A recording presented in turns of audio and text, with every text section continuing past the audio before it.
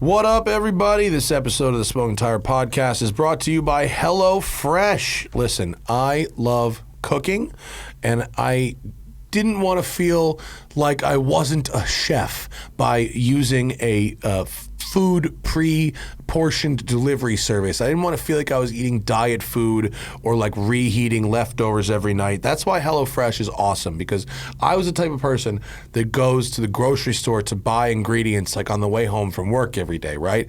But what happens is you're tired and you get stuck in a rut. You just make the same like 5 things over and over because you know what to do. You're not getting adventurous at that point because it's just not worth the side effort. It's not the effort in your kitchen. It's like the side effort of like, how do I even know what I'm going to want to make? How do I know what I'm going to buy? What if there's a bunch of waste? What if there's all this extra? Who's going to eat all this? With HelloFresh, they cut stressful meal planning and grocery store trips so you can enjoy cooking and get dinner on the table in 30 minutes or less. So like if you like to cook, they pre-portion the ingredients so you know what you're going to make and you know you have exactly the right amount. They have really easy to read, clear, legible recipes. And they really do take about 30 minutes or less. So you can get home from work, open the HelloFresh bag, and have dinner on the table in about a half hour for you and your family. And you come off like a genius. The recipes are delicious. They're healthy. They're fresh ingredients. Everything from vegetarian meals to craft burgers, extra special gourmet options. There's something for everyone to enjoy with all the recipes designed and tested by professional chefs and nutritional experts to ensure deliciousness and simplicity. They've got over 25 recipes each week, right? So you can choose what you want. There's always going to be enough recipes on the list that you can get a whole week or whatever out of those choices. HelloFresh's ingredients are sourced directly from growers and delivered from the farm to your front door in under a week, contact-free, of course. And over 4 of 5 HelloFresh customers say that HelloFresh helps them lead a healthier lifestyle with delicious, low-calorie, carb-smart, and vegetarian options available each week. Helps with portion control, too. You know, you get the right amount of stuff, and it doesn't, like if you eat big meals like me, like I eat a very small breakfast, kind of a medium lunch, and then like a big dinner. But that's probably not like good. So HelloFresh, when you're making it, you're like, is this going to be enough food? But then when you actually get it in the plate, you're like, actually, that really was the right amount of food. I really enjoyed my time eating and cooking HelloFresh food. I like their Asian meatballs a lot. They had a pasta I was really into. They did a salmon that I really like. And like I said, if you like to cook at home, but you find the other things that go with cooking to be annoying, like deciding what to make and then shopping for those ingredients, having extra leftovers, then you want to be at HelloFresh right now. Go to HelloFresh.com/SmokingTire12. The word smoking tire and then the number 12. HelloFresh.com/SmokingTire12 and then use code SmokingTire12 for 12 free meals, including free shipping, all right? SmokingTire12 at HelloFresh.com/SmokingTire12 for 12 free meals, including free shipping. All right? That's why HelloFresh is America's #1 meal kit. And we are also brought to you by the kind folks at Tradecraft Farms. I love these guys. They are the best. I'm working with them to develop a new Smoking Tire branded product with them. It's going to be extremely delightful. But whether it's flour, whether it's concentrates, whether it's edibles or vapables, Tradecraft has got it. If you're in California, go to your local dispensary and ask if they carry it. Or if you're in Southern California, hit up one of their dispensaries at their name brand retail locations, or just give them a follow on the gram. Really, really interesting products, really great packaging made by people that really care if they're doing a good job. They give a shit. And by the way, the herb is fire. Tradecraft_farms on Instagram. All right, on this episode of the Smoking Tire Podcast, I talk about my new show on Haggerty and the crazy stuff we did in the city of Detroit. Zach and I review the Ferrari 812 GTS, and I talk about my experience taking delivery of a new Mustang Mach-E and how it didn't exactly go according to plan. It's a cruise show on the Smoking Tire Podcast. Yes, we exist. Hello! What's happening, folks? Welcome to the show. I just had a little nap. Middle of the day. I'm not really a napper, but I hit a wall. I hit a wall. You started at like 6 a.m. today? I had calls at 7, 8, and 9, and then I did 2 hours of radio with Christian. Oh, yeah. Then I had a tuna salad sandwich and needed a nap. By 1, I felt like I had a full work day because I'd been here since 6. Which is 7 would be a hours, normal so work it's pretty day. much almost a full work Right, day. but I have to be here until 7. So, not that I'm not trying to complain. I'm just saying that normally I wouldn't take a nap in my office at the middle of a work day. But today, it somehow felt warranted. Yeah. Yeah. That's a lot of brain power being used. Yeah. And brain power was not being used this past week. You know my blue notebook that I love so much?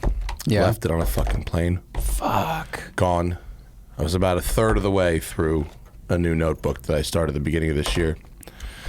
What happens is you take the laptop and the notebook together in a sandwich out of your bag. It goes into the seat back pocket together. Right. And then in the flight, you take the laptop out of the pocket. You're using it over the course of the flight. You forget that this small notebook is also in that pocket. It falls below the horizon. It falls below the horizon. And then you go to leave the plane, and it's gone. And then because you're on a shoot and not doing office work, you don't realize it's gone until you are, like, home again. Oh, did you leave it there on the flight out? The flight to Detroit. Oh, man. So there's now, no hope. Shit. No hope of getting it back. Yeah. So my name was on it. If anyone, Hey, you know what? Might be worth something. Yo, for anyone out there, next time you're flying a West Coast to Detroit route, anyone who happens to sit in seat 4A Yeah. on the Detroit flight from Los Angeles, check Well, what that. airline were you on? Delta. Okay, if you work at Delta, Check the seat back pocket. check the seatbelt pocket. I filed a report, on their website of a lost property thing. I don't expect to, Maybe. Two I don't options. think that's something someone would just like grab and throw away. I would hope so. But- If you looked at it quick, it would just look like someone making lists of stuff. Right. If you looked really, really carefully, you'd find some personal information that you could probably use to commit crimes against me. I would definitely not say that on the air. I mean, if someone finds it and they also happen to find my information and they also happen to be someone who commits crimes with, if you would know what to do with someone's personal information that was written in a notebook, I don't know. It's a bummer, though. Remember how you talked about the Quicksilver 4 GT on the podcast in like 2011, and then the price went up? Like you kind of shot yourself in the foot there. I don't think you want to give people ideas to commit crimes against you with your notebook. I think we should just say if you've there's worked not there- like any real personal information, but it's like you could probably figure some shit out based on what I write lists about from day to day in my life. You'd also find research about the Ferrari 812 GTS. You'd find notes on all kinds of cars and motorcycles. Someone could take our job. Someone They'd have all could the notes. Use my notes to become me. Actually, I was working on it's not a new theory of relativity, but it's another theory of relativity. It was in that notebook. I think there's a lot of value. It's the only copy. I don't really. It's not. Shit, I left the notebook with the definitely- cure for all the world's diseases. Right. Fuck. Right. Like I was working on a COVID vaccine. I was going to undercut. It's the Johnson & Johnson is 1 dose. This is a half a dose. Right. It's an aerosol. 50% effective. You just eye drop not bad. it. You just straight eye drop it. I saw a TikTok. The guy was like, "I got the Johnson & Johnson, baby, 66%. I like those odds. Yeah. Let's play this game." Yeah. But I lost my notebook going to Detroit for the last 2 shoots for Haggerty. So otherwise, that was a bummer, and otherwise. How much of that can we talk about, by the way? The shoot. I mean, the fireballs. Were out of your mind, the world's mind, everything. So that film, we went to Detroit. I mean, we could certainly talk about the photo that's on my Instagram, dude, which features like 100-foot fucking fireball coming out of the back of a truck. Where did that photo go? There it is. Yeah, okay. This is insane. Dude, pretty awesome. This is a pretty enormous fireball. This is a fireball that looks to be 50 feet tall. Yeah. At least. And it's like a mushroom cloud. It's a mushroom cloud. Yeah. Like it's coming out of the back of a jet dragster, but it was turned on its nose. Right. When I saw this on your Instagram, I was seriously shocked. This seems wildly unsafe and insane. I was not expecting this whatsoever. Yeah, see that was some of the comments on that Instagram. They're all, and because I wrote in the quote, "Thank you for Detroit and its lax legal structure," and people were like, "Yeah, you in California," as if every other state outside of California would be totally okay with you just like blasting off serious pyro. That's this is like Michael Bay level pyro. Yeah, the rock is about to like crash through this flame and then catch someone in the air.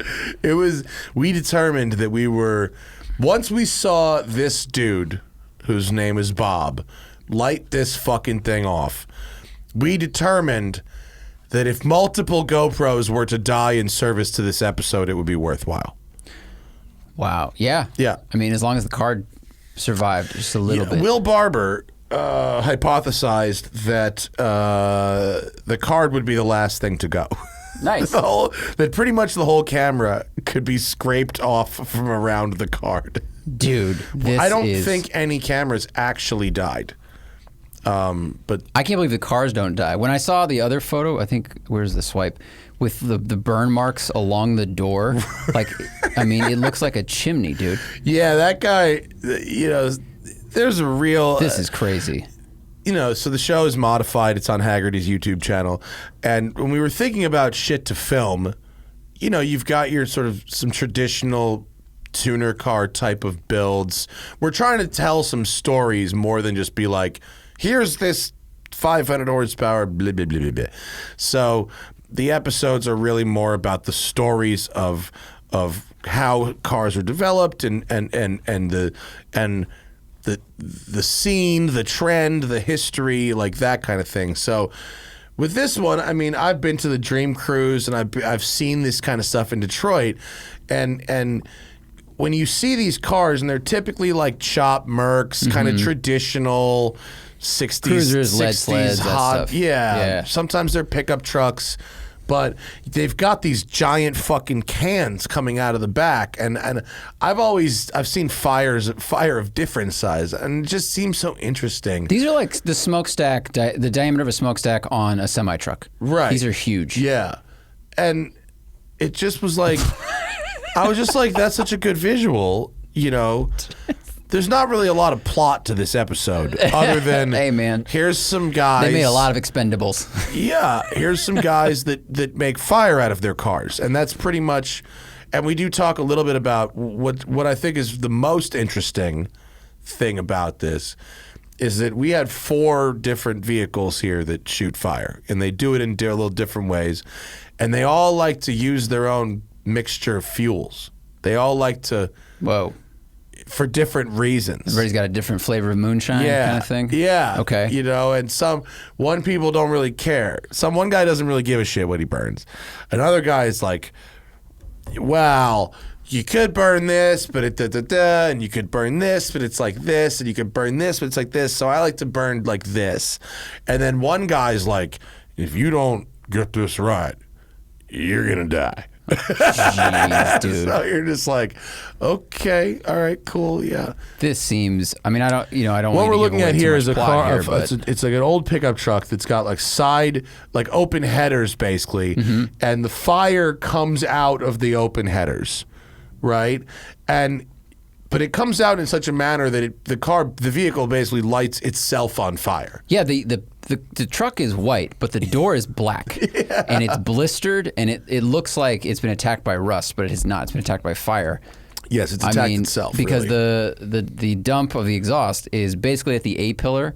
I mean, it flares out from the truck by like a foot, but it's at the A pillar. Yeah. And this is not a jet blast. Like, this is not a focused, kind of blowtorch. No. This is. It's interesting. Jeez, it's an interesting tradition, and there's not a lot to it besides well, this looks real cool. You know what I mean? But I thought it was. It's not a culturally dense episode. Let's just say that. I wouldn't say we break a lot of new ground, culturally speaking. But I would say that you will get to see a vehicle release a 50 to 80 foot ball of fire on a public road. Bananas. I mean, so much of hot rodding was not about, culture or performance. It was like T-buckets. You know T-buckets? I mean, a this 335 evolved, rear like, and then a bicycle tire in the front with like a blower on the top. Where's that going? Straight-ish. But it's just cool. Culture evolved from early burble tunes. Like, this is the logical conclusion of, like, they back in the day used to just like tune their carbs to run rich, and then they would like fucking redline their cars and then shut them off at redline and then turn them back on real quick, and that would pop a big fireball out the exhaust, and they would like time it to do that shit. Yeah, and then I think when we were talking about this before, I was watching these guys at Hot August Nights that would rev it up, the revs would cut out, and then a fire, like a jet would shoot out the back because they'd spark it, but it was just the exhaust and the vapors in the exhaust. So super old school style. Yeah. They would, after they just would turn their cars off and back on, then they would, they had a cut, like just a spark cut. So it would cut the spark at the engine, dump the fuel through, and then pop the spark in the exhaust. So it's like Chevy's cylinder deactivation just for miles per gallon. Exactly. Okay. Yeah. And then they started from, but it was fundamentally the engine's fuel burning. And now they have completely separate standalone systems. And one of the things they'll rev the engine to add air to make it more like jet-like. Whoa. So they'll just flow, more. But the fire system is standalone from the engine. Insane. Yeah. Really, really insane. Yeah. Seems super dangerous to develop, but I'm very much looking forward to watching this episode. Like the dude with the 80-footer there, he would not let us video the bed of his pickup truck because he didn't want anybody to see just enough of how it worked to try and do it and kill themselves. Oh, wow. I saw it. He showed it to me, but he wouldn't let us take pictures of it.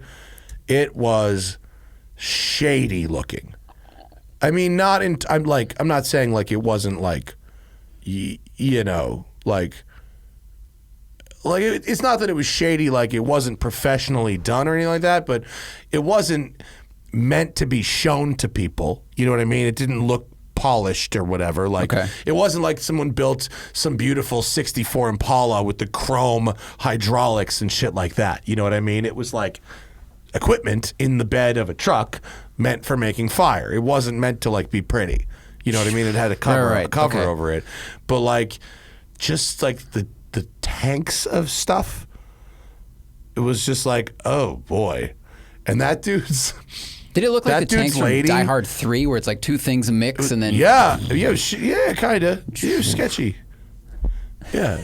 Can you imagine just driving that around? Like, I hope nobody rear ends me. I mean, it looked like a scaled, like I was watching an episode of Pawn Stars on the treadmill the other day, and someone brought in like a Vietnam era flamethrower, and it looked like that. It looked like someone had sort of disassembled and scaled that up to fit in a fucking truck bed, basically. Okay. Like if you take the cool cover off of the Tesla flamethrower, it's very, very simple. It's like a tank, and some nozzles and stuff. But it's not a Star Wars invention. It's a creme brulee torch with a different nozzle on it and a fucking plastic. It's stupid, right?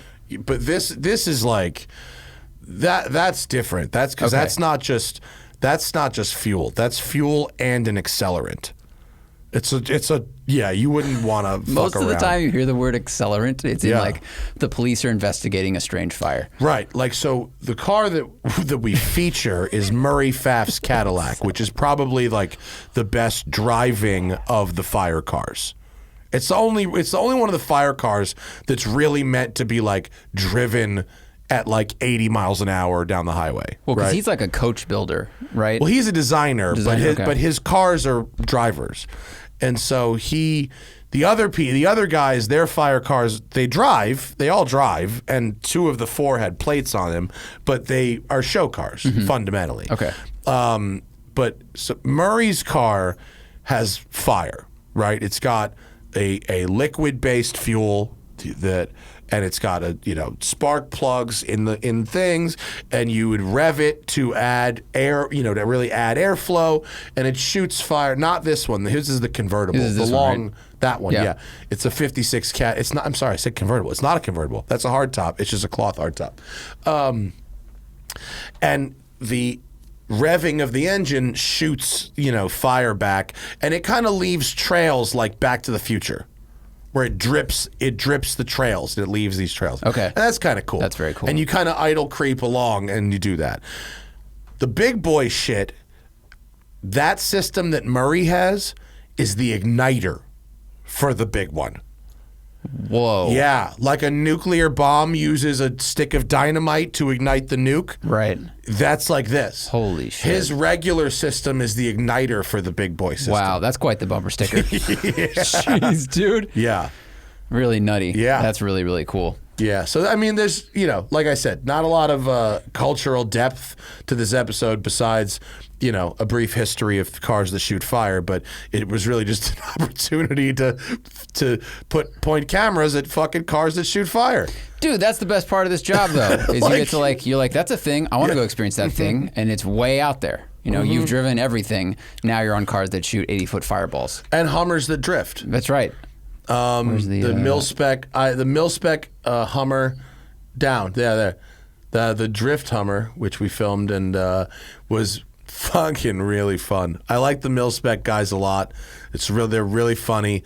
It's like they build these tactical Hummers, and you expect them to be these like super bros, but they're actually like almost like hipsters. Like when you go to the place where they build these Hummers, it's like really clean, really studio-like. There's like fixie bicycles around and like really nice coffee, and like it's not like bro-y Detroit shit. It's like, oh wait, who are these guys? What are you doing? Interesting. It's why did they get into this vehicle versus other ones? I think they just saw like opportunity, and they thought there was a lot to improve. They thought there was a lot that you could do with what was there. And I think they're true, right? I think they're right. I mean, their Hummers are fucking crazy.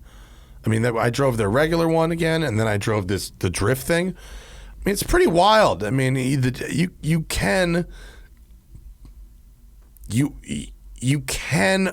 almost fully unshitbox a Hummer. You can get really, really close. Like they're like builds. They're a half a bump behind Icon because they're not like insane like John Ward is. You know what I mean? Like they're detail oriented. They do a really good job. They care about the product. The final product is like way better than the original ever was, but they don't have that John Ward level of like just batshittery, OCD artistry on every little bit, on every little thing. But considering what they started with, like Hummers are terrible, and considering what they started with and what they're delivering to customers, I mean, it's a shockingly good product. Yeah, I mean, originally it's an army vehicle, so it's meant to be durable and made as cheaply as possible, but last as long as they need it to last. Right. So it's going to be really, really simple where it needs to be really, really simple. Right. But they put in the Duramax engine, and it's 500 horsepower and 1,000 pound-feet of torque. That's great. They put in the Allison 6-speed gearbox, which is electronically controlled. And it's just pretty quick, right? I think we've driven that in 3500s and stuff. Yeah, it's fine. I mean, it's not a sports car gearbox, but it's fine. Yeah. It has push-button gear selectors, and it's got selectable transfer case, so you can go rear-wheel drive. And they redo the suspension. It's got good shocks. They put Hummers H1s have inboard brakes, but they put a 6-piston big brake kit inboard. Whoa! And they eliminate the central tire inflation system, which is a piece of junk. Yeah. They completely disassemble the car to the nuts and bolts and powder coat everything and make it nice and trim it all out nice and whatever. Marine grade, stereo and the whole deal. They do it. They do a nice job, and their trucks are fucking cool. Do they get lighter? Like, were Hummers really, really heavy because of the weight of like the axles and the engine and everything, or was it just the body is big, it's made of steel, that's why they're heavy? I mean, everything about a Hummer is crazy heavy. They were like 8,500 pounds, civilian ones, and actually the Mil-Spec ones get heavier because the engine and the gearbox are heavier. Okay. And because they rhino liner the entire body. Wow. So they add like 300-400 pounds of rhino liner. Wow. So they go from 8,500 to about 9,000, 9,500, but they've got double the horsepower and almost triple the torque. Wow. And they're also more fuel efficient, because of the gearing and whatnot. They handle better. They have better brakes. So, I had my Hummer 80 was a hard maximum on the freeway, and really it stopped being comfortable around 65. Above 65, it was like, I'm probably going too fast for this thing. This one can comfortably cruise. It goes I don't have a picture handy of their production truck, but their production truck runs like a 14-second quarter mile. Whoa. And the drift Hummer, which is 5,200 pounds, wow, runs a low 11. Whoa. Yeah, it runs 11s. I mean, yeah, I guess there's diesel trucks that run really fast quarters. It's a very light diesel truck with all-wheel 4x4. So this yellow one is their newest one, which I had to go in. We didn't film it. We filmed the black one, but it's really nice. I mean, the things that are, the size of a Hummer, it's still Hummer sized, obviously. Mm-hmm. So it's not ideal, but the engine, the gearbox, the steering, and the fact that you can put it in rear drive only gets you a long way. It gets you a really long way. And it's cool because we grew up, I think, kind of revering these because they looked tough and they were cool. And then when you find out later that they drive terribly, which makes sense given what their purpose was. But if people want to collect them or drive them around or off-road them, and if every time you get in it, it's like this chore to drive it, you're not going to want to use it that much. Yeah. So if you can make it more usable and you can afford it, dude, then you want to take it on Jeep trails and overlanding and everywhere else. And I just was at, I'm doing this promotion with Bonhams. They're doing the Supercars on Sunset auction, and one of the things that they're auctioning is a really nice, very low mileage H1 Alpha wagon, the nicest that they ever got from the factory. And so I was over there getting some Instagram shots, and compared to the Mil-Spec, dude, this thing had a pre-auction estimate of like $200K, and I bet they'll get it too because Hummers are hot right now. But compared to the Mil-Spec, this stock one, the nicest stock one they made, was janky as hell. It just was not nice. But the drift Hummer, so what's really interesting about the drift Hummer is it's double wishbone, front and rear, and you can lower it. Like because of how the suspensions worked, you can lower it. And it's mid-engine. The whole engine is behind the front axle. So you've got a car that's wide, short wheelbase, very powerful, has really good suspension geometry. Decent. Really good weight distribution. Wow. They changed the steering rack. They modified the steering rack to be quick steering. It's got a locking diff. And as it turns out, that is a formula for being really good at drifting. It's really good, but it's a funky E63 AMG that took a bunch of HGH or something like that. Because it got selectable all-wheel drive, rear-wheel drive. Yeah. Wow. Sits really low. What a funky idea. It works. That's cool. I thought you had a video up of it. That's what I was looking stories. For. Oh, okay. And I don't want to give away the good shit, but it actually you can slide it. I mean, you can slide it pretty good. It was fucking the crazy. drift that was in your stories was very impressive. It was not very bad. impressive. Yeah, that's pretty cool. Yeah. suffice to say that a homie at Mil-Spec was like, if you could drift the entire banked corner of this oval we rented, like there's a bottle of whiskey in it for you, and I did it. So yeah, you can fucking do it. Damn. It was awesome. You could rotate it on the nose. I mean, like it drifts like a good sports car would drift. And it has so much torque. Like once you're sliding and spinning tires, right? Then you're just sitting there like, well, there's no way it's going to hook up on me. It's just like, because it's the only thing is, because it's a diesel, you have to, you run out of revs quickly. So it's, this the drift truck had 800 horsepower and 1,300 pounds of torque. So, whoa, you'd fucking initiate in third gear. Yeah. And by the time you're exiting the oval, you're spinning them into fifth. Whoa. Is it like starting 2 gears? Like if you were drifting, 240 or something, instead of going into corner in second, you're doing it fourth or third? You're doing third. Right. Mostly third, yeah. So lower on the throttle, more wheel speed. Yeah. You just got to be gentle with the revs. It's like 2,000 RPM in third gear is like 1,000 pounds of torque. And you use electronic shift like mid-corner and just... No, I mean, I pretty much would just get it into third. And it had paddle shifters. The Drift Hummer had paddle shifters. Oh, shit. Yeah. So it was not hard. Dude, they have to bring this to Grid Life. Well, they have to. They were like, man, I hope people don't start asking us to build these things for them. They're like, there's not a lot of margins in Drift Hummers. I don't think there's a big market in that. I don't think it would have be too fun many people. If they brought it to Grid Life, I would do full drift laps in it. It would be fun as fuck. Yeah. It was not hard to drive. It'd be a cool presence for them to bring, and it'd be a cool thing to see. But I don't think they'd have a bunch of people going, "Here's my money. I want a Drift Hummer." Yeah, that's cool. But it's like a drift taxi. Yeah, it was really fun. That's nuts. Yeah, it was hilarious. Man, they should do. It would be great to do. Like ice drifting, because they're up in Detroit, like near Michigan, and put some studs on it, and then do 4 people in that thing. That'd be rad. You dig into the ice.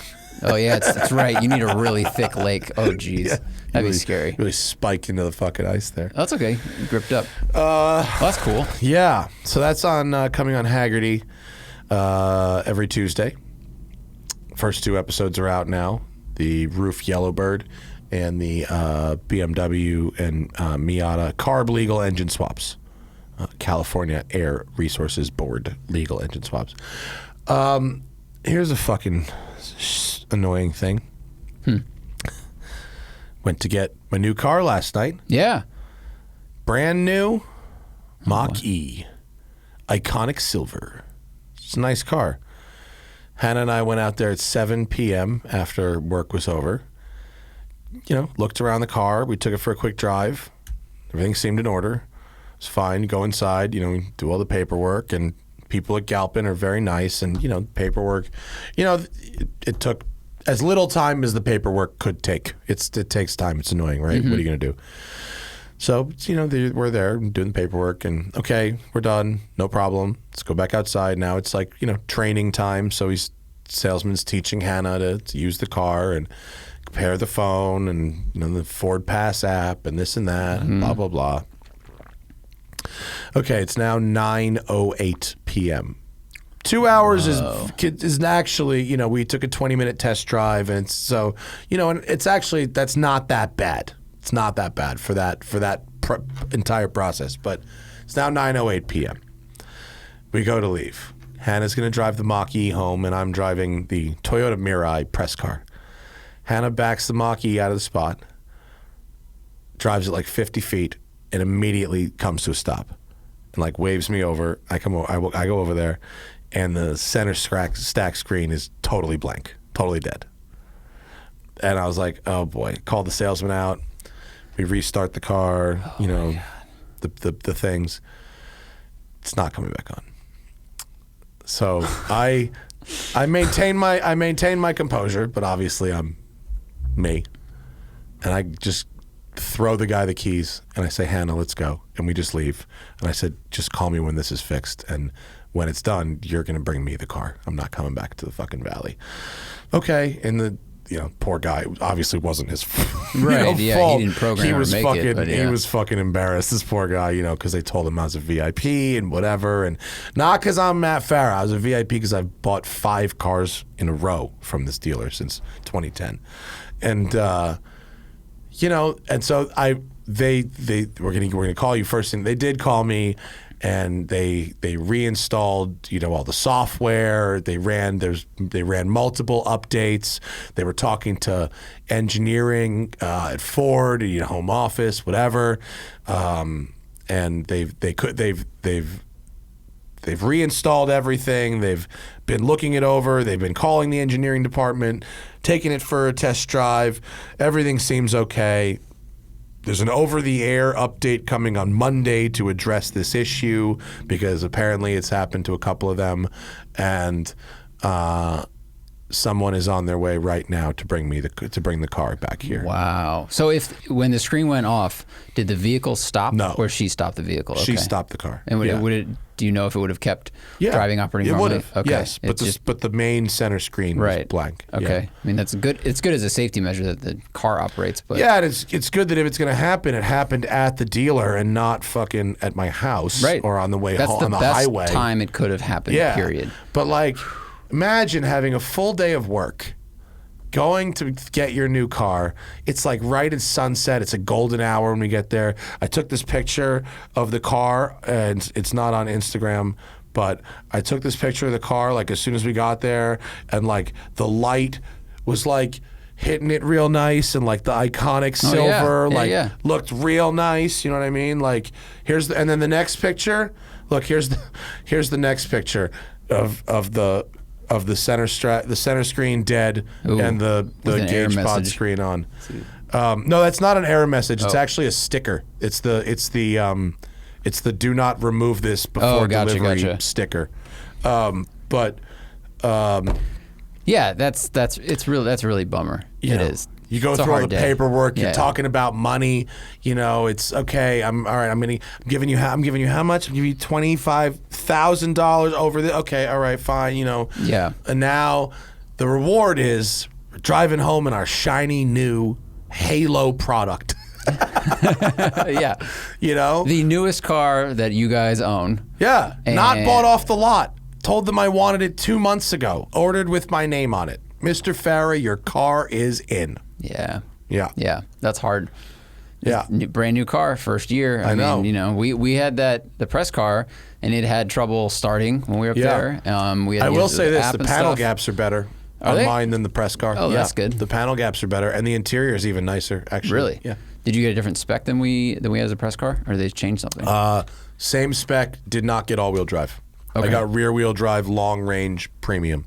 Okay. And you'll see it probably by the end, maybe by the end of this show or just after. They will have brought it down here, and you know, it's just the thing. It's it's not an indicator of some like horrible fucking thing, but it's just like, god damn, you know, it's such a fucking bummer. Yeah, it is. Because a bummer. It's a new thing. You're so excited for it. It's a new toy. Yeah. And then it doesn't do the second thing it's supposed to do. The first thing is drive, and it did. Well, but the second thing is like, you know, we're driving home in a Toyota Mirai. There's a $66,000 hydrogen car that's basically a Lexusified Prius. Mm-hmm. Basically, is how you could describe it. And I'm driving, and I'm not saying anything. My wife. Did you guys eat dinner before you went to the dealership? No. Oh. We're starving. I ate dinner at like 9:45, 10 o'clock last night. We were starving. and I'm just like, and Hannah just looks at me and she goes, "Remember when we were going to buy a new car because it was reliable?" And I go, "Oh, just fucking kill me." You know? Like, oh my God. The combination, just because I know you, of like all of those things, I would be in a bad mood too, because that's like a really long process. Because there's something about being at a store when it gets dark, and then it's not just like it's 6 p.m. dark; it's 9. Like most people are. They were locking the doors around us. Right, exactly. Yeah. Like people are getting ready to get in bed. Yeah, and you're like, okay, this is just I'm one of the last people out there. 10 more minutes, then we'll have a shiny new car, and we'll go get dinner. And it was just like, nope, just hydrogening home. That's in the fucking press car. Yeah. Yeah, the payoff you're expecting from all of this anticipation of like new Mach-E, new car, and then it just off a cliff. Especially because like I also feel like I'm kind of pressured Hannah into this thing.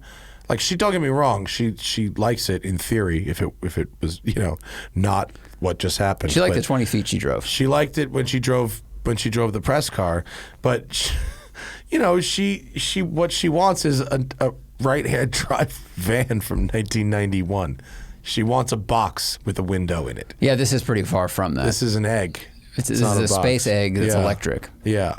Which it's a good car. I mean, it's just they're gonna have teething issues, man. Yeah. Yeah. And so well, if you're wondering why I'm a little tired, that was why. That's one of the reasons why I was a little tired.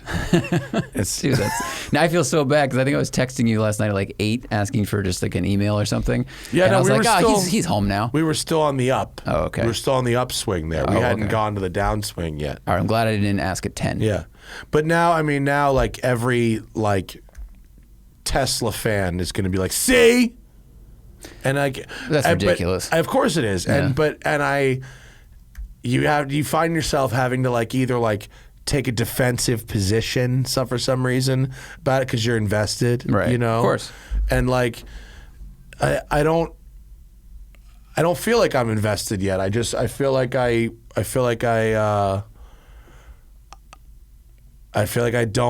nervous now. You know what I mean? About taking this brand new thing, even though it's just like a whatever thing. You know what I mean? Yeah, I mean it's the first year of any car, regardless of what powers it, is always like there's probably going to be some issues, and this is a really big step for Ford. I mean they've had electric cars before, but this is a real big step, and with new systems and the center screen and everything, it's probably not going to be without its issues. You just hope that the issues that come up are small, like when I drove a Ferrari FF press car, the heated seat got stuck on for 2 hours on the passenger side, and I was driving, thankfully, and like one of the screens froze. That would happen in my dad's Escalade all the time. The heated seats would get stuck on. Which it can be dangerous or it can be annoying. But this is like every control that you have access to in that Mach-E was gone. So that's frustrating. I think if anyone out there is listening is like, wants to talk shit and be say, see, I told you should have gotten a Tesla.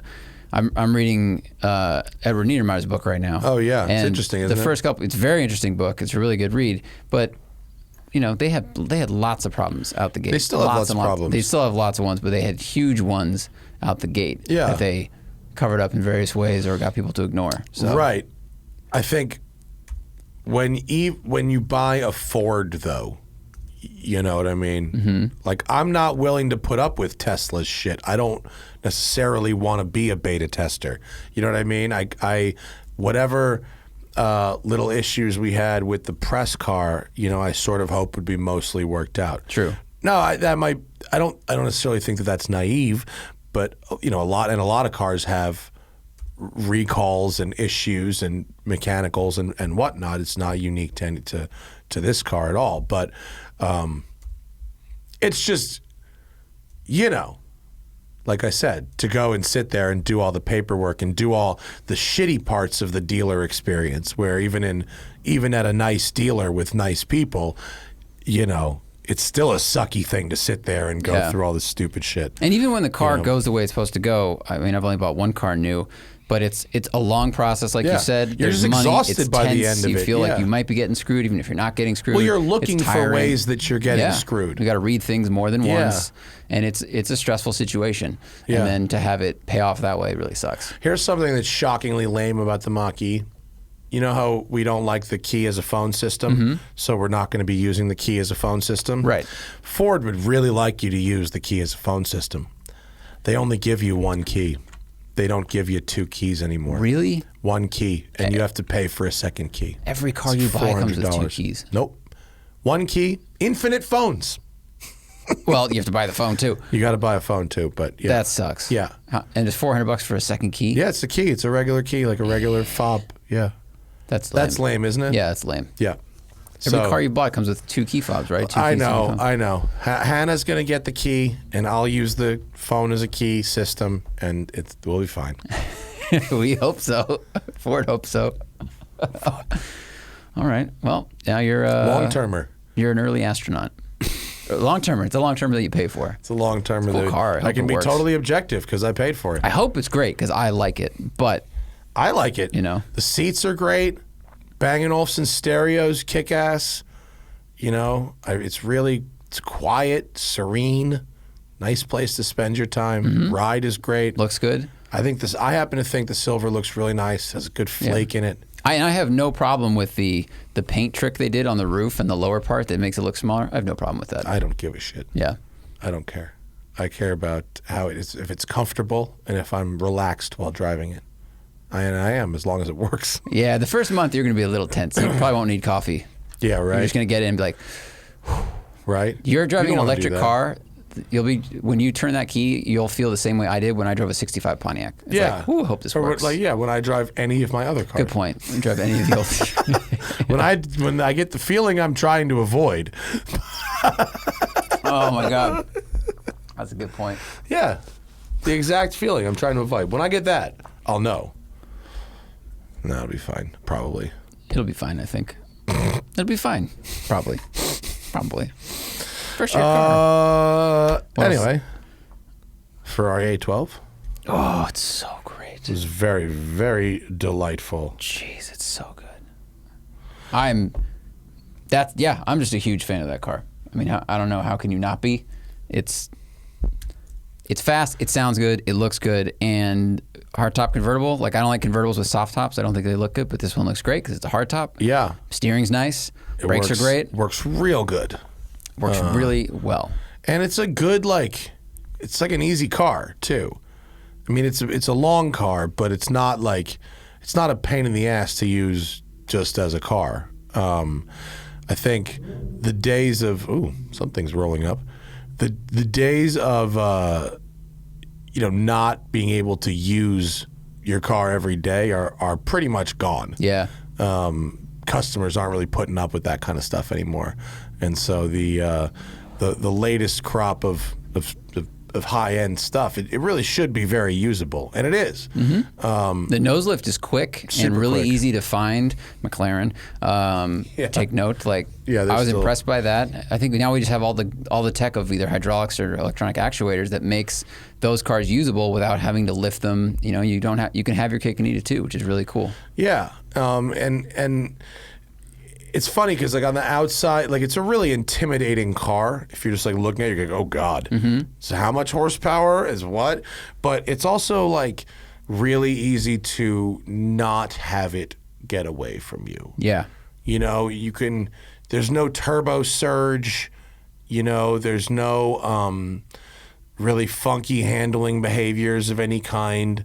You don't have to go anywhere near full throttle, and you can use full throttle and short shift, and if you go flat but you shifted 4,000 or 5,000, it's very manageable. You know. The only thing after the drive I realized I don't like about it is the seats, I guess, but the transmission, which kicks really nicely on the upshifts and feels cool, and it's a little bit of LFA single clutch. You're experiencing that shift instead of having it be just muted and invisible. But when you downshift, the car does buck forward a bit, so it feels like it over revs 100 or 200 RPM from where it should land. Porsche, when you downshift, straight line, mid corner, whatever, it just goes and it lands exactly where it needs to be. And this overshoots a little bit, so I don't know. That's the only thing just to give you a little emotion. You just have a little emotion. Right, yeah. You need a little bit of You must have downshifted before the corner. That's why. Yeah. I think maybe that's probably why they are okay having their paddles in the steering wheel. Maybe that's the implication, is that they don't want you to shift in the corner. We gave you enough revs. You don't need to. Yeah. Which is a good point. I mean, they have 8,900 RPM to work with. It's a lot. You should be able to not have to shift that car in a corner. Yeah. But that's true. If shifting in a corner is your priority, you probably want a Porsche. That's a good point. But man, 812, so good. What's interesting about it is that it's super long, but not super lounge out luxurious. Yeah. Actually, the F8 has more legroom because there's no things in front of the driver. No engine thing. Yeah. Right. When you stick an entire V12 behind the axle, turns out it takes up space. Yeah, even when I was sitting passenger seat, I couldn't stretch my legs out. Passenger seat's actually all worse. the way back. I think they must have shoved some things over on that side in order to make a little more room for the driver. You don't really notice hey, there's not a lot of leg room here. You don't really notice that until you're on the passenger side. Yeah, it's true. There's probably like maybe electronics or other things on the other side of that wall. Yeah. Yeah. And you also can't really like recline too much either. Yeah. Because there's a mechanical roof back there. In the GTB or the A12 Superfast, what's behind the front seats? I don't remember. Parcel shelf? Parcel shelf? Okay, think so that's so. got more room. Yeah. Yeah. I think parcel shelf. There is a little more room. Yeah, and there's a little more headroom too. But I'm down with if I was going to go, I'd go all the way. I'd go convertible Yeah. for sure. But that third window is so genius. It's such a brilliant idea. Because you can keep the top up and take the lower window down. Yeah, that's a G move. Yeah, and listen to it. Yeah. Did you ever drive the F12?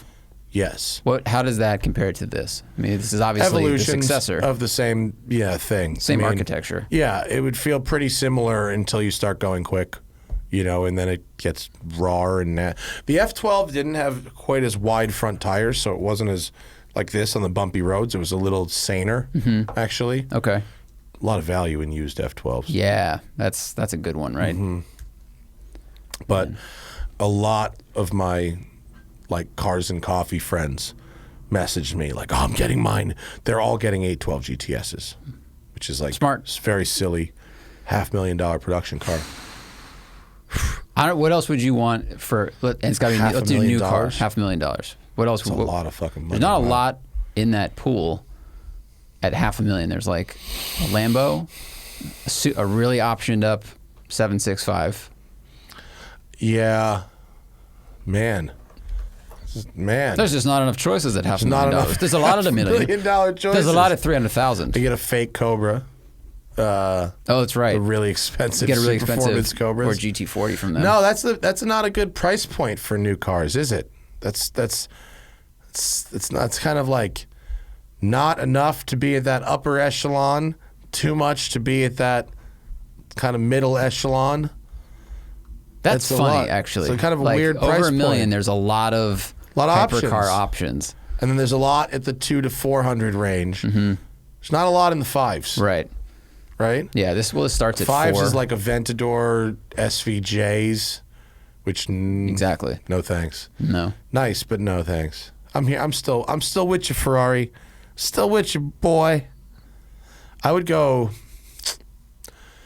Yeah, man, I'd stack up on the classics. I would just put miles on the classics for that kind of cash, for real. Because you can get a 4GT for that money. But that's an either or. Yeah. That's an either or. The people who I spoke with that have these cars on order, they're not doing either or math at all. Right. It's and. Yeah. I will say that if you were to buy something like this and not drive it pretty much daily, you're a giant vagina.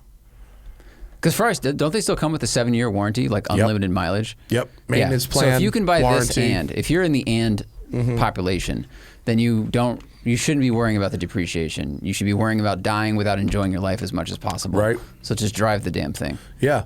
Call Ferrari on their bluff. They're betting you won't put as many miles as humanly possible on that car. Yeah.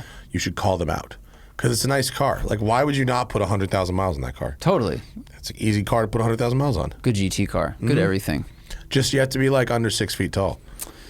Maybe even a little shorter. Yeah. I mean, I'm 5'10". Like, I'd be fine for a while. But if I was doing multiple 12-hour days in a row, yeah, I'd probably want the parcel shelf behind me. Right. Yeah. And maybe a little like room to stretch. Right. That's what I want. The parcel shelf one, so I could actually lean back. I thought it was because you had parcels. No. No? I have very few No parcels? No, that thing had a trunk, duffel sort of shuffling? small. It could hold like 2 small carry-ons.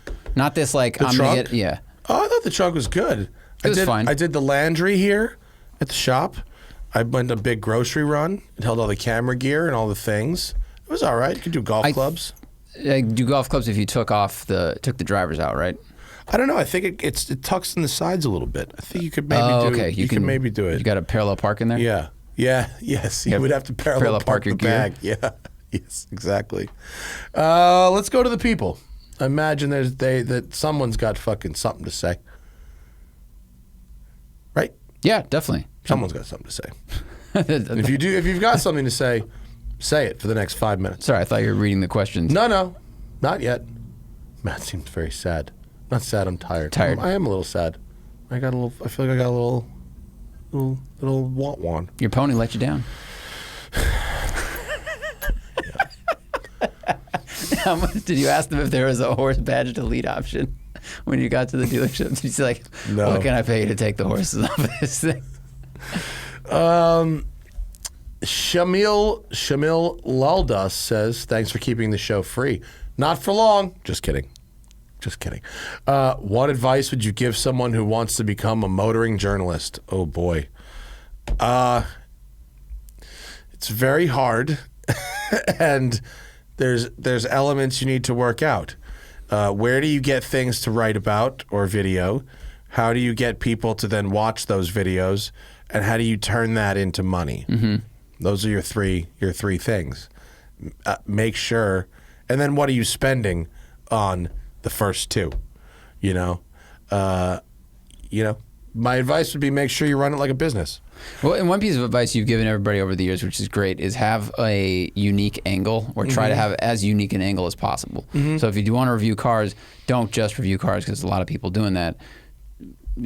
Look at things from the engineering side or the tech side or something. Like learn about something about cars that's a little bit more specific. Yeah. And then apply that to what you're doing. Most people who are automotive journalists have worked in some other aspect of the car business, or multiple other aspects of the car business that are not motoring journalism, whether it's sales or repair or racing or whatever the fuck, instructing, whatever it is.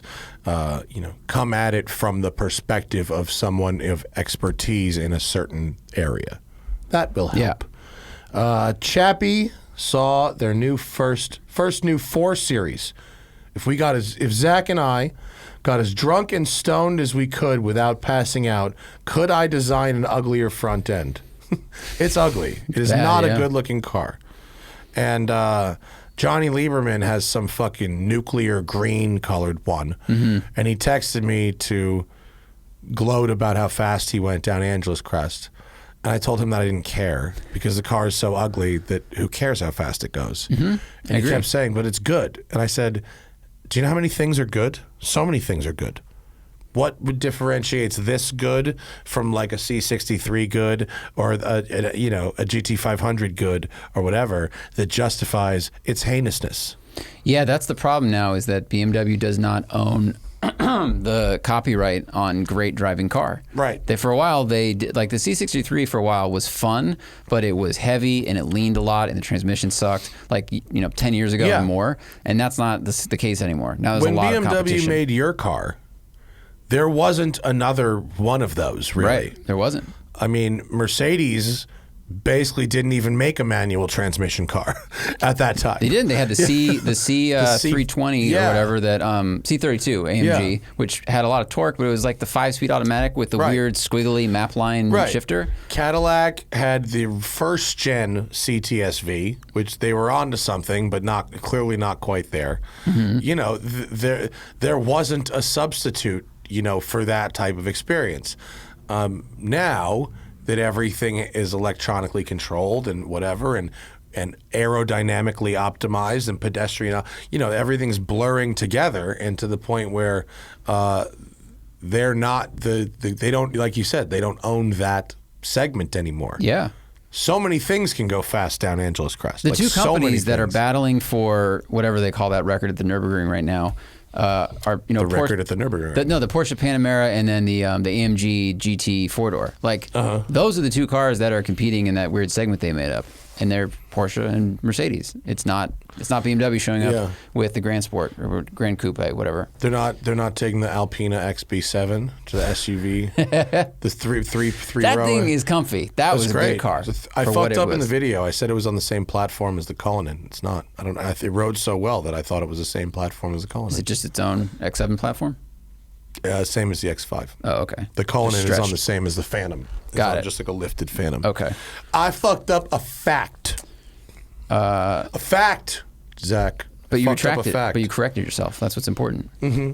I meant well, both when I said the fact. It's a compliment. And then when you just messed up the accuracy of the compliment. Fixed myself. We could probably draw something worse, because 2 substances will make you have bad ideas, but it's pretty bad. Mm-hmm. Chang Legacy is looking at their first Ferrari and wants a V12. Now, this is the kind of question I like. Should you get a $599 or wait for F12 prices to drop? Budget is $125,000 and the FF is too big for the garage. Well, the F12 is objectively a much nicer car than the 599, primarily because of the gearbox. And the steering. The F12 is the first one that got that super sharp steering where they put the same steering rack as in the mid-engine cars, in the front-engine cars.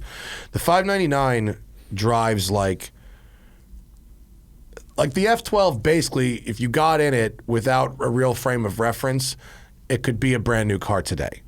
You know what I mean? If you didn't go from the 812 to the F12, if you just walked up the street and got in the F12, it's very similar to the 812. It's just not quite as fast. Right. And aggressive. But it's a very similar experience. And the dash components and everything are really similar, right? The same. Whereas the 599 shares those controls with the 430. It's older. Everything is a generation older. The gearbox is older, gauge cluster is older, steering system is older. I think the 599 looks really cool. I happen to like it.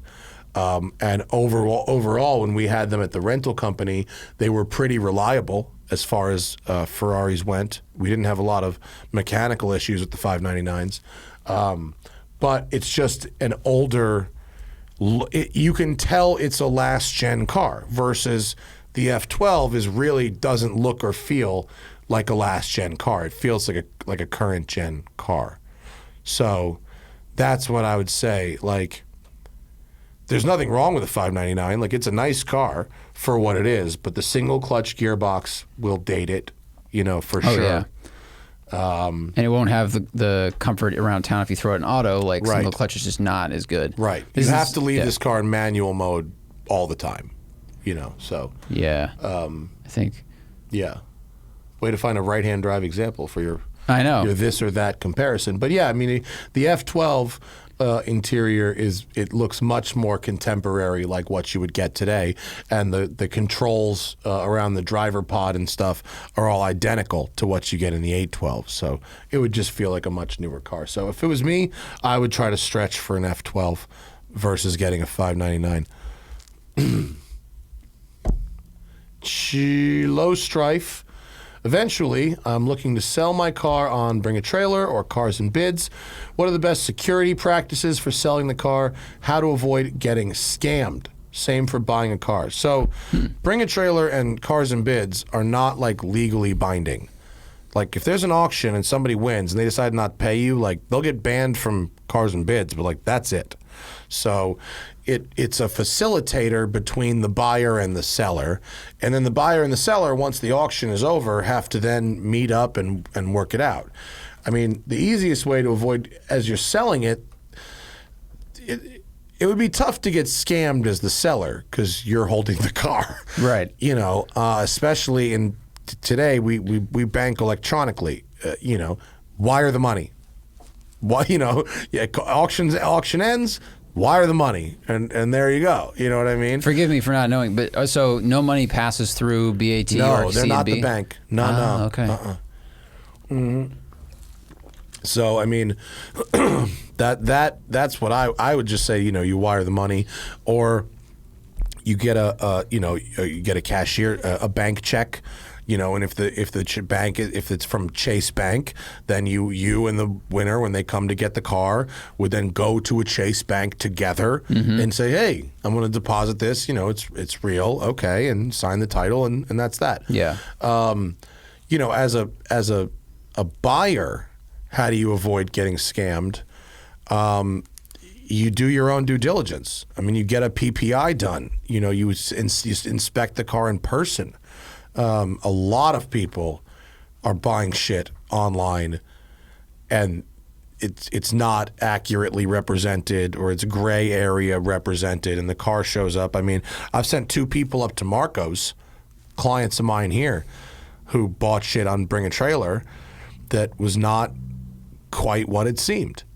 One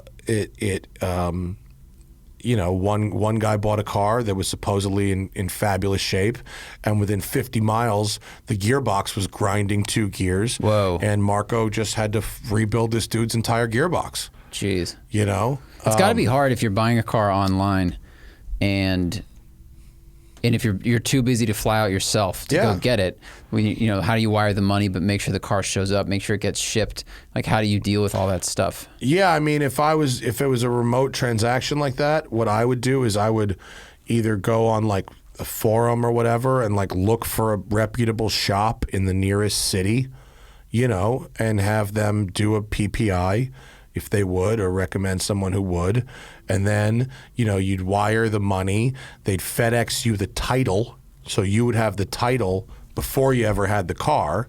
And then, you arrange the shipping and whatever. I mean, if you're willing to buy a used car without going to where, like, just because the market is a global economy now, because we've got the internet and everyone's buying and selling on the internet, you're still talking about a one-of-one good. Right. You're not buying a BMW E36. You're buying that BMW E36. So me recommending a car on this show to you has nothing to do with the one car that you're looking at on Bring a Trailer. And it's also something that it's not like buying a laptop where if you buy it online from Mac and it doesn't show up, you can't hit up your bank or call Mac to get your money back, instantly. It's like, I sent it to this person. Where's that person? How do we know? How do we know they sent you the title? All this stuff. So that is a challenging thing. Yeah, I mean, the electronic transfer of funds is how you really don't get screwed. And then the in-person inspecting of the car you're buying. I think that's essential because you can send, if you're buying a car, it's much easier to get fucked because you can instantly send that money. Yeah. And then if there's no way to retract those funds through your bank, right. Then you could be stuck. Right. Yeah. Corey says, we're going on Drift Week. What are you driving? Is Drift Week a thing? Is that like Hot Rod Drag Week? But remember it's when Week? Fielding Shredder was on the show, and then he set off, and then Hurt and Rob Parsons just did it in their two cars. But it's basically like it's one lap of America for drifting. You drive across the United States, driving and braking your car. Hummer, definitely Hummer. That would be rad. Because I could tow a backup vehicle. I could tow another drift Hummer. Like if I had it, I would wins. Because if something breaks, you go, okay, well, I'll drive this car now while we fix that other one. Yeah. That's pretty good. A drift Hummer towing a second drift Hummer. Damn, that's good. Yeah. With 1,300 pound-feet of torque, that's something I could do. I could make that happen. I don't know. I would build some kind of like LS swapped wagon so I could put a seat down and sleep in it. Da Big Brembos wants to know what's the car seat pillow we recommended. It was just the Tempur-Pedic from brand, Relax the Back. Relax the Back travel pillow. But the second half of the question, my E39 sport seats kill my hip after an hour and a half of driving. Hip might be the E39 M5. I don't know about the regular E39 non-M5. The M5 seats don't go back far enough for me. For a second, when I drove Paul's E39 M5, within 60 seconds, I was like, I'm going to go buy one of these. And then after about half an hour, I was like, actually, the driver's seat does not go far enough back for me to be comfortable in that car. So your leg's too bent? And my legs are too bent, and I got hip pain. And that might be what he's describing. Yeah. It might have nothing to do with the Tempur-Pedic pillow. But I'm certainly not diagnosing your back from here. But he used a very specific phrasing that was something I experienced in that same car. Miguel says, is there anything about cars or the industry that you cannot roll your eyes any harder at? For me, it's fake exhaust tips. Yeah, fake exhaust tips are that. The BMW mouth we just discussed. I just found out that the Explorer ST has the exhausts, the tips are fake, and the exhaust just dumps down to the ground. Oh, below? Behind them. Yeah, right? behind them. So that was kind of a bummer. The stick-on Buick holes. What the fuck? Like that was a trend in cars in the 50s, and people just glue plastic to their car. Very dumb. For me, it's the uncritical reporting of Elon Musk's stoned thoughts. Oh, where they're just like, oh, just totally uncritical. Like this was from today? That was like, Elon Musk says monkeys could do some stupid fucking thing. It's like his Neuralink thing? Yeah, like why does that headline not begin with obviously unintelligent person says obviously unintelligent thing? Well, it's uncritical. They just report what he said. They don't Like, Well- they're not like, this is a fucking stupid idea. Well, because I think the news is afraid of being seen as biased or taking an opinion, and which is a problem. That's a bigger problem. That's in a news much today. bigger problem. But also, they did have a video where they demonstrated the Neuralink with a chimp, and it could move like a cursor using its brain. Which the video came out, I think, like 2 days ago. It's pretty insane. Right, but like, why is that good? They're hoping that they can help people that are like paraplegic, or completely paralyzed from the neck down, because then they could control things around their life with their brain. If you can't move your hands, but if you were able to attach some kind of robot to your wheelchair or something, then you could manipulate that thing using your brain. So they had, did you watch the video of this system? They had a monkey playing a video game. That wasn't what I was referring to. I was referring to the tunnel demonstration, which was just Teslas driving through a white tube. Oh, yeah. No, that was like... Yeah. Oh, I thought you were talking about the Neuralink. No, but I'm interested in this, though. Oh, okay. So they had a monkey who was playing Pong on a video, and every time he would, deflect the ball off of the paddle in the game, a tube would give him like banana milkshake. So he's sitting there sucking this tube, and he's like, "Oh, I'm getting this right," so it makes him get it right. And they watched how he controlled it, and they had his brain wired up, and they watched which neurons fire when he's trying to move the thing up or left. And then they disconnected the joystick, and then they had the game be controlled by those neurons, and it worked. So they're like, okay, well, now we're figuring out what parts of the brain activate hands to go up, down, left, right. And then if we can apply that to some sort of robot or robotic arm, then you can have people who can't move things.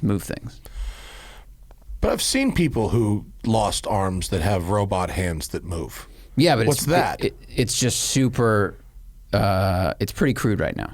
Oh. It's like, it's happening, but there was a video I saw 6 months ago. This guy, the big thing was he could pick up an egg, but the arms were bolted to the desk on like almost like the grabber claw video game, and he had to sit there, and it took a lot of tries for him to do it. And they're working on it, but I think this way it's just another company that's trying to do the same thing. I wonder if the video I saw was like, I saw a video of like a person like walking around, but had like a robotic arm attached to like a.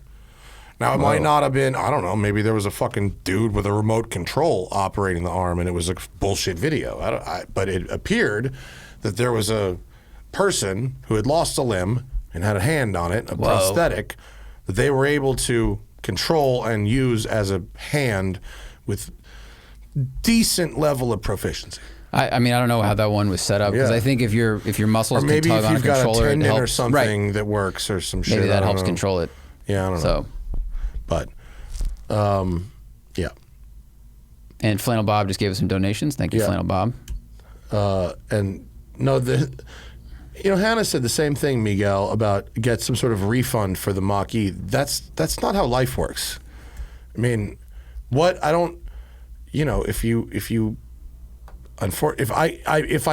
I said I don't want this car anymore, I haven't even driven it off the lot, tear up my paperwork, I'm going home, I think they would have. You know what I mean? And they would have sold it to someone else. And that would have been one thing. But to say that this car's now had a mechanical or a technical issue, and therefore you should like give me some money, I mean, that's... Yeah. That's just not how life works. I'm sorry. Like I had someone said to me, like, right now, like our new house that we bought a house, and we need a permit to do some of the renovations, and the permitting process is taking a very long time, and so we can't live in this house. We can't work on this house, and we have 2 houses now. It kind of sucks. It is what it is, right? There's people that have no houses, right? We have 2, but somebody was like, we got our property tax bill for the new house. Mm-hmm. And they're like, don't pay the property tax until you get your permit. And I was like, that is really not how that system works. Yeah, that's how to get your house taken away. That's how they take your house. Don't they? I don't know if they just repo it, but like nothing good will happen. There are houses that are up for auction by counties because the person didn't pay the property tax. Oh yeah, no. If you certainly don't pay your property taxes for a period of time, they will. That's the plot of Happy Gilmore, in case you're wondering. Oh shit, it is, right? Wow, your memory is ridiculous. All right, these are the last ones, everybody. We'll crank through. Oh boy, okay. When are we going to get Tommy F. on? I haven't seen that guy in a really long time. He was a very nice guy. Tommy, if you're out there and you're coming to LA, please call us. We'd love to have you. Flannel Bob says, what are the thoughts on the design and numbers of the Saunders Metacycle? I saw it. I saw the prototype at Bill's. It looks really cool. It's like halfway between a e-bike and a motorcycle. It's a little more motorcycle than e-bike. Yeah. I think it's around $5,000. Really? I met Storm Saunders, who makes these. Wow. He was a very interesting guy. That's much cheaper than I was expecting, given how good it looks. Yeah. Well, they're designed to be relatively inexpensive. That's kind of his goal. They cool. seem super cool. I really want to have one. And I think that his sort of his design language on this bike works way fucking better than what they were trying to do with the Cybertruck. Like, it's the same school of design, but this actually works. This looks really good. Yeah. It looks like a Street Fighter kind of motorcycle with, I like this empty space and brushed aluminum. Yeah, that's the a good-looking bike. empty space really emphasizes that this is not a gasoline-powered vehicle. That's awesome. It looks rad. Yeah, it looks very cool. And it seems like it's going to go, like, I think it goes, like, reasonable. It's not like super bike, but it's like, I think it goes like 80 miles an hour. It's like, yeah. It seems like a cool thing to commute in. Dude, if I was into like stunt riding, now you have a silent motorcycle to wheelie around town. That's cool. I'd grab one of them for sure. Prashanth Paniker says, I met someone on Tinder who's into cars and very good looking. Want to know the secret, everyone? Be gay. That's funny. Very good. Very good. That's an excellent piece of advice. Gravity Drift says, new GT4 versus old modded GT4, same money. New, obviously. You always start with the best factory vehicle that you can afford. Yeah. Treviso says, on a racetrack, what are each of your strengths and the aspects of track driving that you struggle with the most? Zach? I brake too early. That's what I struggle with. I'm not used to threshold braking because we don't do that very much in the canyons or in camera car filming. So I think I brake too early and not hard enough. But I think I'm pretty comfortable with limit handling and oversteer. Yeah. Cool. I am pretty good at consistency. I'm not always the fastest, but I'm usually pretty strong. And I can, once I get to my maximum, I can really stay there and run really consistent laps, like lap after lap. Like if you watch like a half-hour session of me, like all my laps will be within like a second of each other.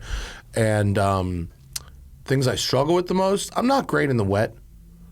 I'm okay when it's consistently wet, but when it's unevenly wet, I'm not that great. And that's just because I don't have a lot of time driving on racetracks in the wet. It's just not something I get to do a lot or practice a lot, and it's not even something I really care about. If it's raining, I don't really want to be on a racetrack, so I don't really give a shit. Yeah. Ray Lee, likes my cat fighting posts. They're not really fighting, but Finn is teaching Cricket how to be a cat. Yeah, it's cool. It's fun to watch, man. Really fun to watch. Yeah. And I don't know how big, Ray wants to know how big Cricket's going to be. I mean, she'll be a full-size cat. There's really no way to tell, like, how big a cat is going to be until they grow up.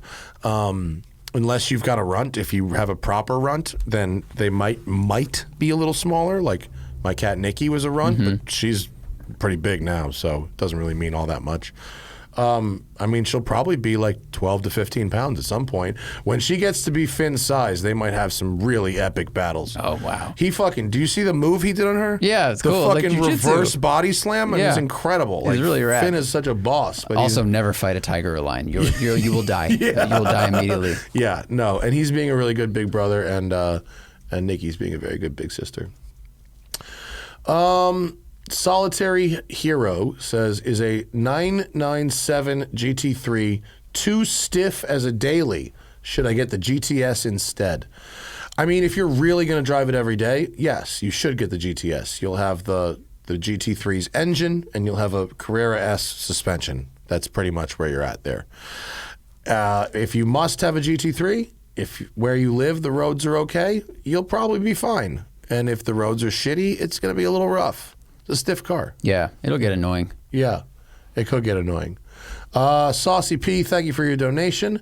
And BLG says, could I share opinions of the manual pre-LP Gallardo? Just bought it and I'm a bit disappointed with it. Super tall gearing, feels heavy. I think that's a pretty good review. Disappointing, tall gearing, and heavy. That's pretty spot Poor on. bastard. I mean, it is. What you don't want an 04. 04s are not good. What year did we have at Gotham when we worked there? We had 2 04s for a while, and then we had the Spiders were 06s. Okay. And then they got LPs eventually. Yeah, the Spider we had, which worked really well, but I remember it felt really heavy. The steering felt heavy because they are the all-wheel drive system. You feel the all-wheel drive system and the weight of it in the wheel. Yeah. Yeah, and the shifting was like not super fast, especially compared to new stuff. It sounds good and it looks cool. Well, the manuals were better. The 04s, the gearing was too long. So from 04 to 05, they changed the engine, the firing order, the exhaust, and the gearing of the car after 1 year. Wow. So 04s are kind of like no bueno unless you're going to completely strip them apart and build like runway cars or something like that. That's really all they're good for. 05 to 05 to 08 is pre-LP. They got better. They got a little more displacement. They got a little better low-end torque. But tall gearing and feeling heavy is and the thing is with the manuals, you're less likely to keep that engine at the very top of the power band, which is where you have to keep it with a manual. People don't really drive like that. You don't drive around at 6,000 RPM all the time. So that's a pretty accurate review, BLG.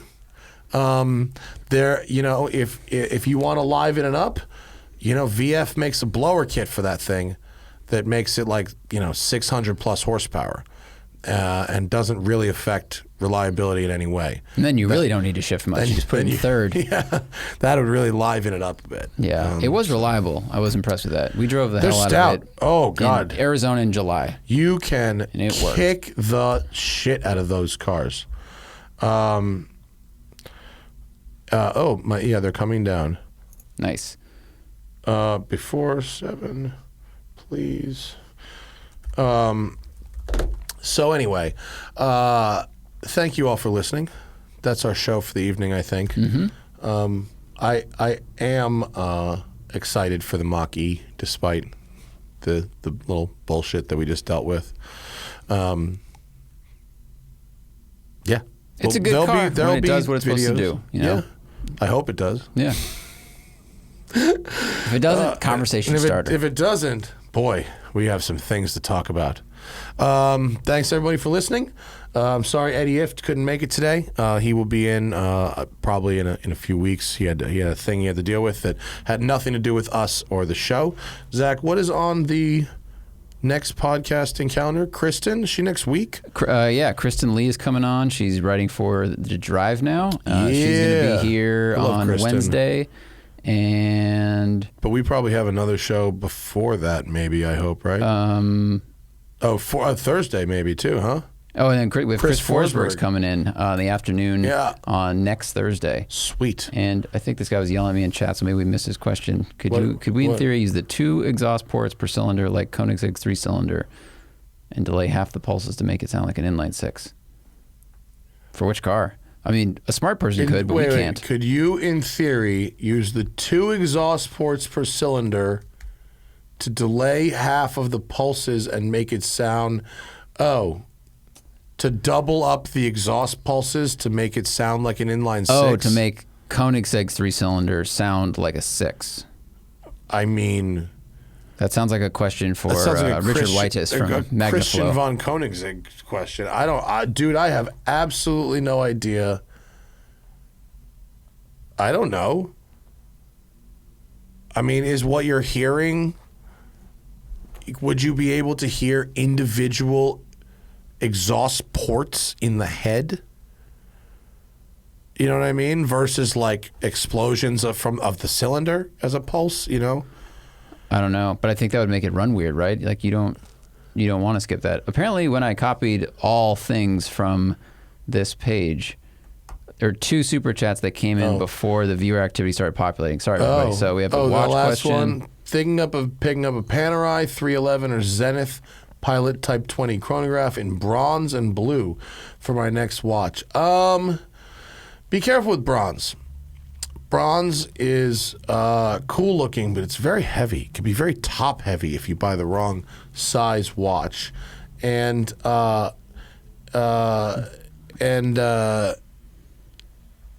Panerai 311. If you're going to go Panerai, you buy the thing that they do well, which is big legible numbers, sandwich dials, 311. What is that, a chronograph? Mono pusher chronograph? Is that right? Mono Pulsante GMT? 19. Yeah. I would maybe skip that. There's a lot going on that dial. Keep it simple. Big hands, sandwich dial. Yeah, no, I wouldn't do that. There's too much going on that dial. There's a lot. There's a chronograph, there's GMT, there's a power reserve gauge. Keep it simple. Sandwich dial, maybe a small seconds on the Panerais. All right, last one. Wesley T. Thoughts on a Voodoo swapped Cayman? Well, I drove a Coyote swapped Cayman that had, it was almost, it revved to like 8. It was like almost a Voodoo engine. It's that. Is it worth it for a flat plane V8? Like, what does worth it mean? Right. Like, I have absolutely no idea what it costs to build that Coyote swapped Cayman, and I have no idea what it would cost to build a Voodoo swapped Cayman, so I don't know what worth it means. It was one of the fastest Porsches I've ever driven. It sounded like the end of the fucking world. It was insane. It was like driving like a Daytona prototype or some crazy shit. And it was not really a Porsche anymore. Didn't really matter. Yeah, it's like a P2 car. Or LMP2 car. Yeah. But like, I don't know. It was. But I also might, maybe if I wanted to put a V8 in a Cayman, try to find a way to get one out of a scrapped Panamera or a scrapped Cayenne Turbo, maybe, or something. Keep it in the family. If I could, maybe. I don't know. I like that idea. But also, we just on my Haggerty show coming up, I drove the Demand Motorsports Cayman GT 4.5, which is a 4.5 liter drop-in crate engine for the Cayman. And I know it's meant for the GT4, but I don't really see why it wouldn't fit in a regular Cayman, or you couldn't do something similar. And based on what it would cost to buy, develop, install, and deal with a Voodoo engine in a Porsche. And by the way, I don't know how tall you are, Wesley, but you have to move the firewall 2 inches up. Ooh. So you lose leg room in the Cayman to have the V8. And that's not a small thing to do. That's some serious surgery. Yeah, you have a race car now. You don't have a street car anymore. You've got a race. It might be street legal, but you've got a race car. Whereas if you either go forced induction or increased displacement with a Porsche-based engine, you can have a more Porsche experience. You know what I mean? Like, you can have a really, really fast Cayman that'll still be, a Porsche in feel. And, a Voodoo engine's like $15,000. You can give Demand $30 for their engine and just put it in. Right. You don't have to do anything else. Yeah, and the Voodoo is it's more expensive than a regular Coyote. There are people talk about how they are not as reliable as a Coyote, so that's going to add a cost. And you're moving the firewall, and you can get the Demand is Coyote. It's Voodoo power, right? Yeah, the power is the same, and it drops right in. It's more. Yeah. So, anyway, Thank you all for your questions. I don't know why we missed them before, but I'm glad we circled back. Hold your fucking horses a little bit. I'm sorry I can't answer what happens with the individual exhaust ports in a head. I don't know. That's beyond me. Maybe we'll get Jason Fensky back on here to talk about that shit. All right. Have a great weekend, everybody. We appreciate y'all. Support the people who support us. Get that Tradecraft Farms life happening. Sticky sauce pen is what's up. Those are the things. We'll see you later. Bye.